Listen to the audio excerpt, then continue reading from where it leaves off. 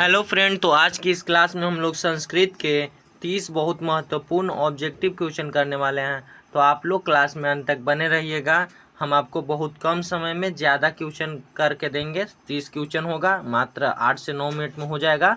और अगर इसका नोट्स आपको लेना होगा तो आप हमारे व्हाट्सएप ग्रुप से जोड़ सकते हैं, जिसका लिंक डिस्क्रिप्शन में दिया हुआ है। डिस्क्रिप्शन और कमेंट में भी पिन किया हुआ है, तो आप लोग ग्रुप में जुड़ सकते हैं और इसका पीडीएफ ले सकते हैं। तो चलिए आज के इस क्लास को हम स्टार्ट करते हैं। तो हमारा सबसे पहला क्वेश्चन है कि आलसियों का रक्षक कौन होता है। आलसियों का रक्षक कौन होता है। तो आलसियों का रक्षक दयावान व्यक्ति होता है। कौन होता है? दयावान व्यक्ति होता है। आलसियों का रक्षक दयावान व्यक्ति होता है, याद रखिएगा। यह क्वेश्चन अलस कथा पाठ से लिया गया है, जिसके लेखक कौन है आप लोग कमेंट कीजिएगा। फिर है कि अलस कथा पाठ में मिथिला के मंत्री कौन है। अलस कथा पाठ में मिथिला के मंत्री कौन है? तो वीरेश्वर। कौन है? वीरेश्वर। और वीरेश्वर कैसे थे?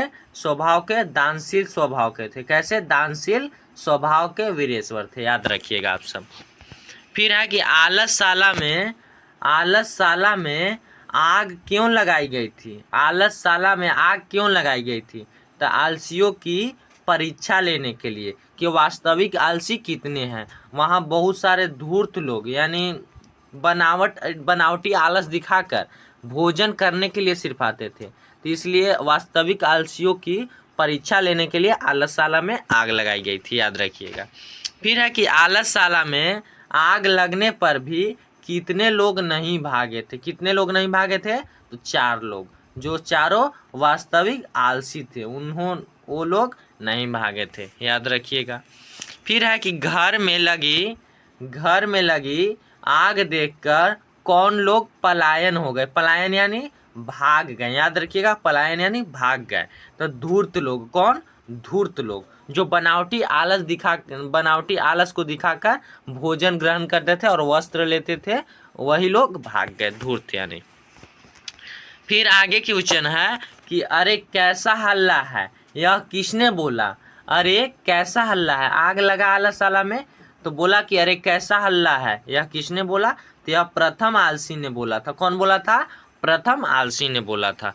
और फिर आगे है दूसरा आलसी बोला कि लगता है घर में आग लग गई है, किसने बोला। तो द्वितीय आलसी ने बोला, याद रखिएगा। प्रथम आलसी बोला कि अरे कैसा हल्ला है, तो द्वितीय आलसी ने बोला कि लगता है कि घर में आग लग गई है। इनको पता भी है फिर भी नहीं भागे। तो बताइए, इन लोग वास्तविक आलसी थे।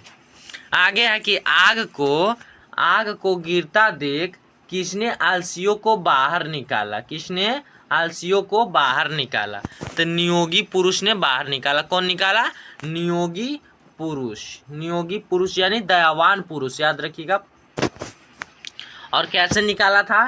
तो केस पकड़कर, उनका केस पकड़कर बाहर निकाला था चारों आलसी के। फिर है कि दयावान लोग किसका रक्षक होता है। दयावान लोग किसके रक्षक होते हैं? तो आलसियों के। किसके? आलसियों के, याद रखिए। यह पाठ के आधार पर है कि दयावान लोग आलसियों के रक्षक होते हैं। और आगे क्वेश्चन है कि नीतिकार आलस को क्या मानते हैं। तो नीतिकार आलस को सबसे बड़ा शत्रु मानते हैं। क्या मानते हैं? सबसे बड़ा शत्रु मानते हैं। और फिर आगे है कि वास्तविक आलसियों की संख्या कितनी थी। तो हम आपको बताया कि वास्तविक आलसियों की संख्या 4 थी। क्या थी? 4 थी। प्रथम आलसी ने क्या बोला था? तो प्रथम आलसी ने बोला था कि अरे कैसा हल्ला हो रहा है। तो द्वितीय आलसी ने बोला कि लगता है कि घर में आग लग गई है। यह दोनों क्वेश्चन आप याद रखिएगा, क्योंकि बहुतों बार पूछा है। फिर है कि सबसे बड़ा शत्रु कौन होता है। सबसे बड़ा शत्रु कौन होता है? नीतिकार के आधार पे पूछे, चाहे ऐसे भी पूछे, तो सबसे बड़ा शत्रु आलस होता है। कौन होता है?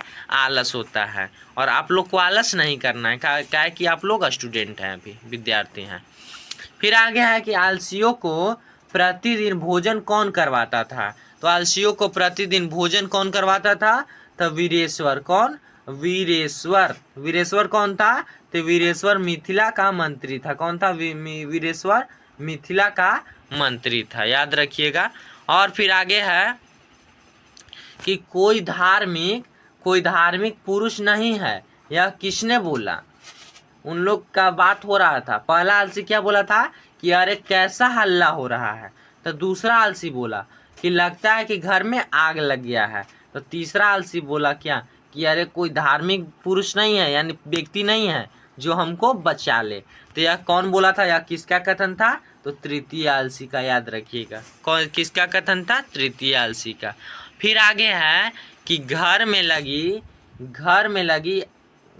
लगी आग पर कौन नहीं भागे, यानी घर में आग लगने पर भी कौन नहीं भागे, कोई भी दिक्कत नहीं है। तो चारों आलसी घर में लगी आग को भी देखकर नहीं भागे, कोई दिक्कत आपको? फिर है कि भूखा रहना कौन पसंद करता है? भूखा रहना कौन पसंद करता है? तो भूखा रहना आलसी पसंद करता है, क्योंकि उनको दिक्कत नहीं है। वह खाना खाने जाते भी हैं ना, तो खुद से खाना नहीं बनाएंगे, दूसरों पर वह निर्भर करते हैं। ठीक है। फिर आगे है कि कौन परिश्रम नहीं करना चाहता? कौन परिश्रम यानी काम, मेहनत, परिश्रम यानी मेहनत। ठीक है, कौन मेहनत नहीं करना चाहता? तो आलसी लोग मेहनत करना नहीं चाहते हैं। और आगे क्वेश्चन है कि वीरेश्वर अनाथों को क्या देते थे? वीरेश्वर अनाथों को क्या देते थे? तो भोजन और वस्त्र देते थे। क्या देते थे? भोजन और वस्त्र देते थे। कोई दिक्कत होगा तो बताइएगा आप लोग कमेंट में करके। भोजन और वस्त्र देते थे।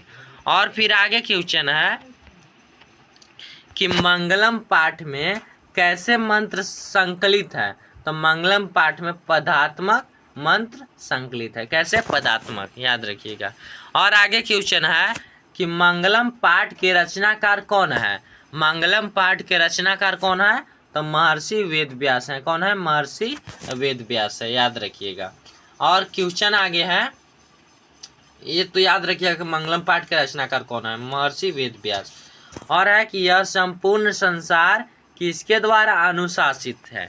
यह संपूर्ण संसार किसके द्वारा अनुशासित है? तो परमात्मा के द्वारा है। किसके द्वारा? परमात्मा के द्वारा। फिर आगे क्वेश्चन है कि सत्यमेव जयते किस उपनिषद का मूल मंत्र है? सत्यमेव जयते किस उपनिषद का मूल मंत्र है? तो मुंडकोपनिषद, याद रखिएगा। फिर आगे क्वेश्चन है कि मंगलम पाठ में कुल कितने मंत्र है? और यह बहुत ही ज़्यादा महत्वपूर्ण है, यह बहुतों बार एग्जाम में पूछा हुआ है कि मंगलम पाठ में कितने मंत्र हैं? तो 5 मंत्र है। कितने मंत्र है? 5 मंत्र है। फिर है कि सत्य का मुंह किस पात्र से ढका हुआ है? सत्य का मुंह किस पात्र से ढका हुआ है? तो सत्य का मुंह हिरणमय पात्र से ढका हुआ है। किससे? हिरणमय पात्र से ढका हुआ है। और फिर आ गया कि मंगलम पाठ कहाँ से संकलित है? मंगलम पाठ कहाँ से संकलित है? तो उपनिषद से। कहाँ से संकलित है? उपनिषद से। और फिर आगे क्वेश्चन है कि नदियाँ नाम और रूप छोड़कर कहाँ मिलते हैं?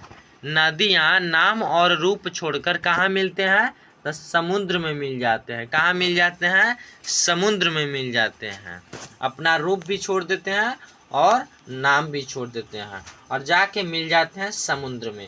यह 2 नंबर में भी पूछ सकता है कि कौन अपना नाम और रूप छोड़कर दूसरे में मिल जाता है।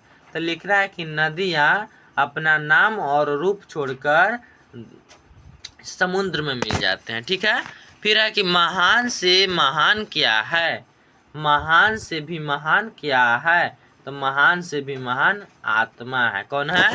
आत्मा है। और आप लोग यह सब क्वेश्चन बहुत जल्द याद कर लीजिएगा।